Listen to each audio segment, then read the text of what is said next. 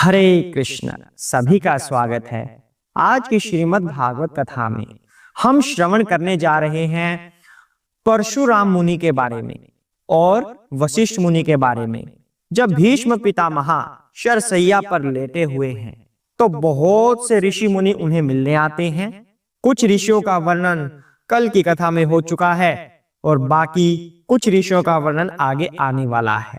तो आज हम परशुराम जी और वशिष्ठ जी के बारे में जानेंगे। उससे पहले गुरु महाराज की एक छोटी सी वंदना कर लेते हैं ताकि गुरु महाराज का आशीर्वाद हमारे साथ बना रहे और हम इस श्रीमद् भागवतम को सरलता से समझ पाएं। हरे कृष्ण। ओम ज्ञानतिमिरान्धस्य ज्ञानाञ्जनशलाकया चक्षुरोन्मीलितं येन तस्मै श्री गुरवे नमः।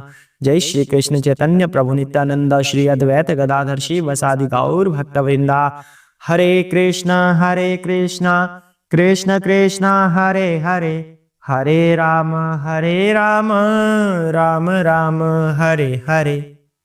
हरे कृष्ण। जय श्री प्रभुपाद की जय हो, चैतन्य महाप्रभु की जय हो, व्यास देव की जय, सरस्वती माता गणेश जी की जय हो। ओम नमो भगवते वासुदेवाय। तो अभी तक क्या क्या हुआ है कथा में?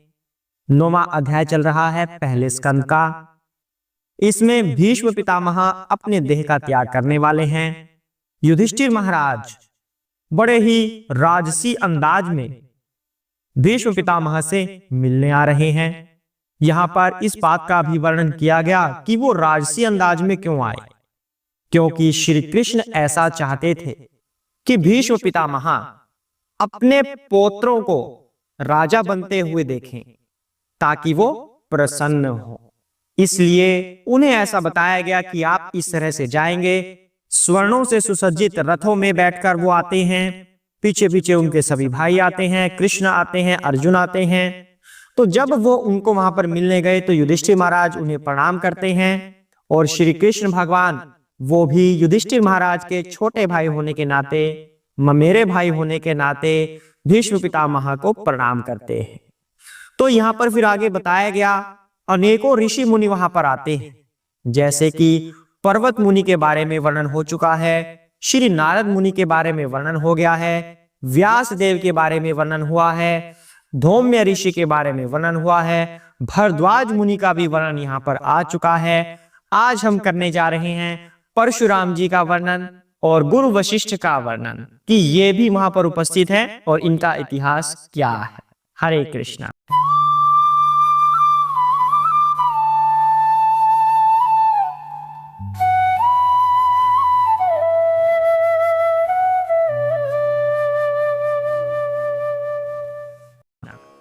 तो परशुराम जी वहां पर उपस्थित हैं। कहा जाता है एक ईश्वर के सबसे शक्तिशाली अवतार हैं परशुराम जी। महर्षि जमदग्नि के पुत्र हैं। रेणुका सुत भी इन्हें कहा जाता है क्योंकि इनकी माता रेणुका हैं।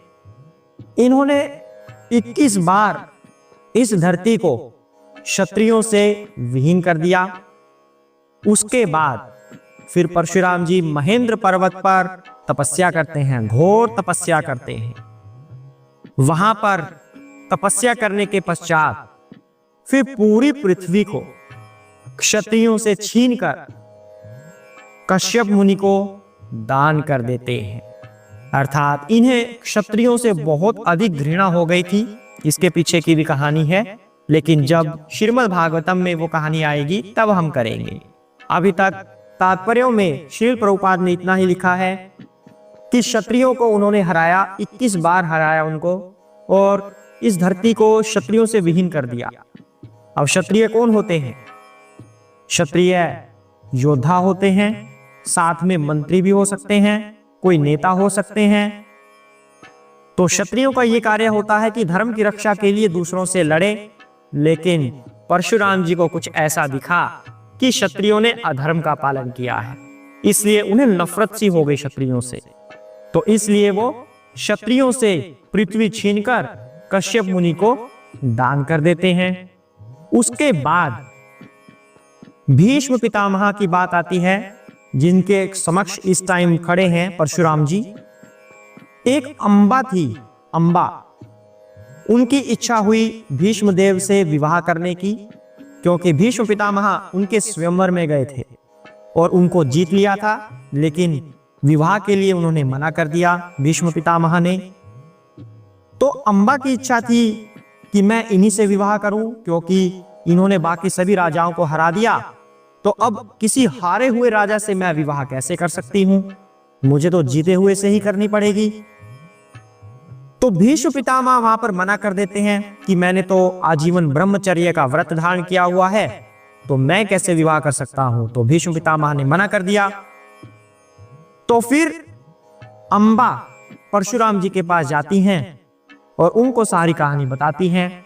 फिर परशुराम जी ने अपने शिष्य भीष्म देव को कहा कि अम्बा से विवाह करो, लेकिन भीष्म देव ने उनकी बात भी टाल दी, अपने गुरु की बात भी टाल दी कि मैं नहीं कर सकता गुरुदेव। इससे क्रोधित होकर परशुराम जी फिर भीष्म पितामह से युद्ध करते हैं। पितामह तो हम लोगों के लिए हैं, अर्जुन के लिए हैं, पर उनका यही शब्द भीष्म पितामह हमारे मुंह पर सज गया है, हम उन्हें भीष्म देव कह ही नहीं पाते, तो भीष्म पितामह ही हम बार बार कहते हैं। तो भागवत में यहाँ पर भीष्म देव लिखा हुआ है, पर अर्जुन की तरफ से हम भीष्म पितामह कह रहे हैं। तो फिर परशुराम जी ने युद्ध किया भीष्म पितामह से, और परशुराम जी उनसे जीत नहीं पाए, घमासान युद्ध हुआ। उस युद्ध के पश्चात परशुराम जी लगभग हारने वाले थे, लेकिन भीष्म पितामह वहीं पर रुक गए जब वो हारने वाले थे, ताकि कहीं गुरु का अपमान ना हो जाए।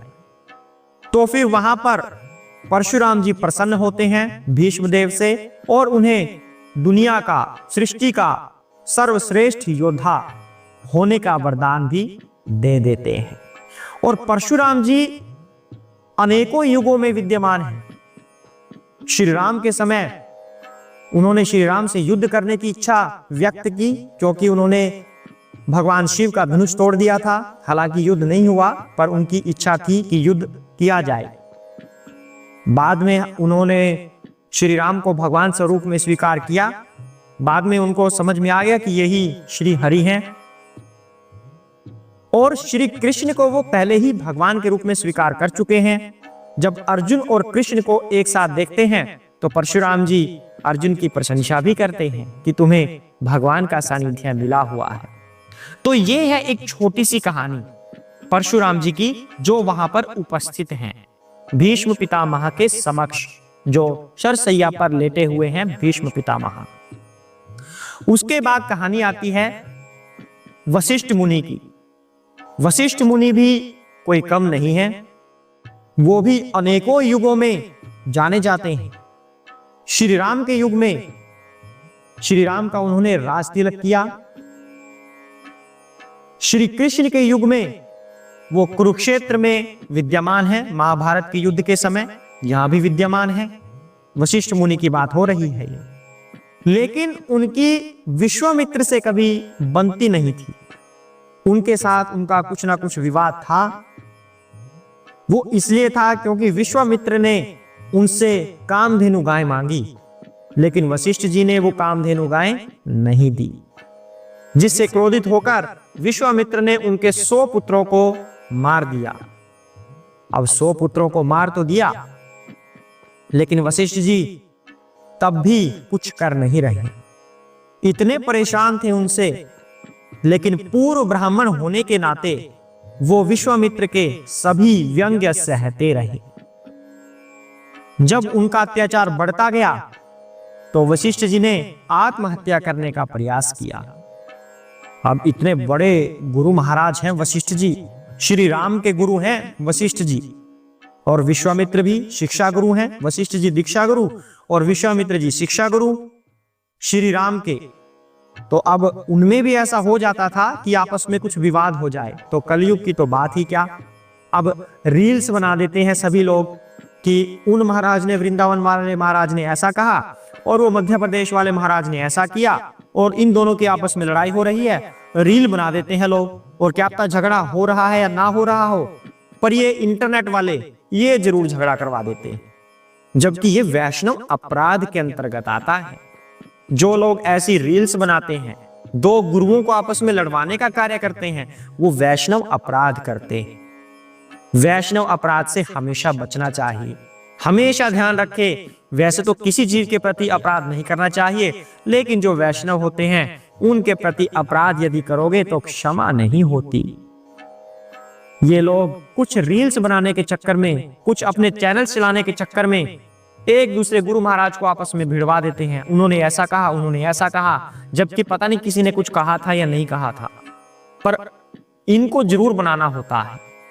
तो सचेत कर देते हैं इनको, वैष्णव अपराध है ये। यदि वैष्णव अपराध करोगे तो भगवान क्षमा नहीं करेंगे। यदि भगवान के प्रति कोई अपराध करते हो तो क्या पता भगवान क्षमा कर भी दें, लेकिन उनके भक्तों के खिलाफ यदि आप षड्यंत्र रचते हो, उनका अपमान करते हो, उनका आपस में झगड़ा करवाते हो, तो फिर भगवान क्षमा नहीं करते। उस अपराध का दंड मिलता है। तो चंद रुपए कमाने के लिए ऐसा कार्य मत कीजिए। जो ऐसे रील्स बनाते हैं, जो ऐसे शॉर्ट्स बनाते हैं, सावधान हो जाएं। कभी किसी गुरु महाराज की किसी दूसरे गुरु महाराज से लड़ाई मत करवाइए। और यदि कुछ ऐसा हो भी रहा है तो ये चीज भगवान पर छोड़िए, क्योंकि आपको इतना तो पता होना चाहिए कि केवल और केवल भगवान कृष्ण ही निर्विकार हैं, जिनके अंदर एक भी विकार नहीं है। उनके अलावा कोई भी सृष्टि में ऐसा प्राणी नहीं, कोई देवी देवता, कोई दूसरा भगवान, कोई ऐसा नहीं जिसमें विकार ना हो। सभी में विकार हो सकते हैं। तो कलयुग के किसी गुरु महाराज में अगर छोटा सा कोई विकार आ जाए तो आपको समस्या क्यों हो रही है तो वो भी जीव, लेकिन वो भगवान के भक्त हैं। तो उनके विकारों को मत देखिए, उनमें जो अच्छाइयां हैं उनको ग्रहण कीजिए।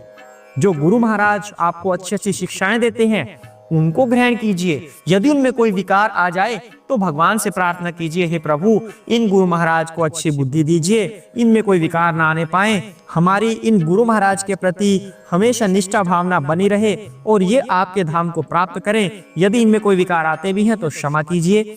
इस तरह की प्रार्थना बल्कि आपको करनी चाहिए। वैसे तो उनके विकार क्षमा हो ही जाते हैं, क्योंकि भगवान के अनन्य भक्त होते हैं वो, लेकिन आपको क्या करना है इस अवस्था में? भगवान से प्रार्थना करनी है। ये नहीं कि दूसरों को बताएं कि हाँ वो गुरु महाराज ऐसा ऐसा बोल रहे हैं और उसके प्रत्युत्तर में दूसरे गुरु महाराज ने ऐसा बोल दिया। ये करोगे तो वैष्णव अपराध के अधिकारी बनोगे, और वैष्णव अपराध यदि करते हो तो भगवान क्षमा नहीं करते। और यदि आप नाम जप करते हो ऐसे कार्य करते हुए, तो नाम अपराध के भी आप अधिकारी बनते हो। एक साथ कई अपराध के अधिकारी बन सकते हैं, इसलिए ऐसा कार्य मत कीजिए। तो बात चल रही थी गुरु वशिष्ठ की और विश्वामित्र जी की। तो दोनों में आपस में थोड़ा झगड़ा रहता था। ये तो भागवत में प्रसंग आया है, इसलिए आपके सामने एक्सप्लेन किया जा रहा है, वरना किसी दो गुरुओं के झगड़े को कभी किसी को बताते भी नहीं है। ये तो इतिहास हो चुका है और ये कहानी बताई जा रही है। तो गुरु वशिष्ठ जी आत्महत्या करने का प्रयास करते हैं विश्वामित्र जी से तंग आकर। तो फिर होता क्या है आगे? वशिष्ठ जी पहाड़ की चोटी पर खड़े होकर छलांग लगाते हैं। तो क्या होता है फिर? कुछ होगा? जाके राखे साइया मार सके ना कोई, जिसे भगवान रखते हैं उन्हें भला कौन मार सकता है। भक्त प्रहलाद को भी फेंका गया था पहाड़ से, पर भगवान ने अपनी गोद में उनको ले लिया, कोई मार सका नहीं। श्री राम के गुरु बने थे वशिष्ठ जी, तो भला ऐसे तंग आकर कोई उन्हें मरने देगा? नहीं। जैसे ही वो पहाड़ की चोटी से कूदे, जो वो पत्थर थे नीचे वो रुई बन गए, तो उन्हें कुछ नहीं हुआ। फिर उन्होंने समुद्र में कूदकर अपनी आत्महत्या करने का प्रयास किया, तो वो समुद्र के पानी ने उन्हें फिर किनारे पर ला दिया। फिर वो नदी में कूदे, नदी के पानी ने फिर उनको किनारे पर लगा दिया। इस तरह से उनकी आत्महत्या का ये प्रयास विफल रहा। तो ये है वशिष्ठ जी की कहानी, और कोई एक युग के नहीं है, ये पता नहीं कितने युगों से हैं वशिष्ठ जी। हिरण्यकश्यपु के इतिहास में भी इनका नाम आता है। हिरण्यकश्यपु कब हुए थे? हिरण्यकश्यपु सृष्टि के आरंभ में हिरण्यकश्यपु, और श्री राम के युग में भी और श्री कृष्ण के युग में भी। अब भीष्म पितामह के समक्ष खड़े हैं, तो वशिष्ठ जी कोई आम ऋषि नहीं है, सप्त ऋषियों में से एक हैं गुरु वशिष्ठ, जो इस समय भीष्म पितामह के समक्ष खड़े हैं। और ऋषि मुनियों का भी वर्णन आगे आने वाला है, उनको हम धीरे धीरे सुनेंगे। तो आज का आपको एक संदेश है, कड़ा संदेश समझ लीजिए या एक सुझाव समझ लीजिए। कभी वैष्णव अपराध में मत फंसिए। यदि आप जानना चाहते हैं कि वैष्णव अपराध कौन कौन से होते हैं, तो हमारा एक भगवत चर्चा होती है, हमारी ऑनलाइन सत्संग उसको बोला जाता है, उससे आप जुड़ सकते हैं। जिसको जुड़ना है वो अपना व्हाट्सएप नंबर यहाँ पर डाल सकते हैं, उन्हें वहां पर जोड़ दिया जाएगा। तो आपको वहां पर वैष्णव अपराध क्या होता है ये भी पता चल सकता है। आपके जो भी प्रश्न हो आप वहां पर अपने प्रश्न पूछ सकते हैं, आपको डायरेक्ट उसका उत्तर मिलेगा। तो वैष्णव अपराध से बचिए, नाम अपराध से बचिए। कुछ पैसे कमाने के चक्कर में, कुछ रील्स बनाने के, कुछ शॉर्ट्स बनाने के चक्कर में कभी किसी के प्रति अपराध मत कीजिए, किसी गुरु का अपमान मत कीजिए। वो भगवान के संदेश वाहक हैं, भगवान के पार्षद हैं वो गुरु महाराज, जिनके प्रति आप अपराध कर रहे हैं और आपको पता भी नहीं है। आप जानते भी नहीं कि ऐसा अपराध हो रहा है हमसे, बस आपने तो रील्स बना दी, वीडियोस बना दी। हाँ, उस महाराज ने ऐसा बोला, उसके उत्तर में उन्होंने ऐसा बोला, उस महाराज ने वृंदावन में जाके क्षमा मांगी। मतलब आप इंसल्ट कर रहे हो उनकी, दो गुरु महाराज की। तो वैष्णव अपराध होता है ये, आपको इसमें नहीं पड़ना। आज का यही संदेश है। एक ही श्लोक पर अभी हमें कई दिन लगने वाले हैं, आगे और ऋषि मुनियों की कहानी आएगी इसी एक श्लोक में, जब भीष्म पितामह के समक्ष जो खड़े हैं। आज के लिए इतना ही करते हैं। हरे कृष्ण। ओम नमो भगवते वासुदेवाय।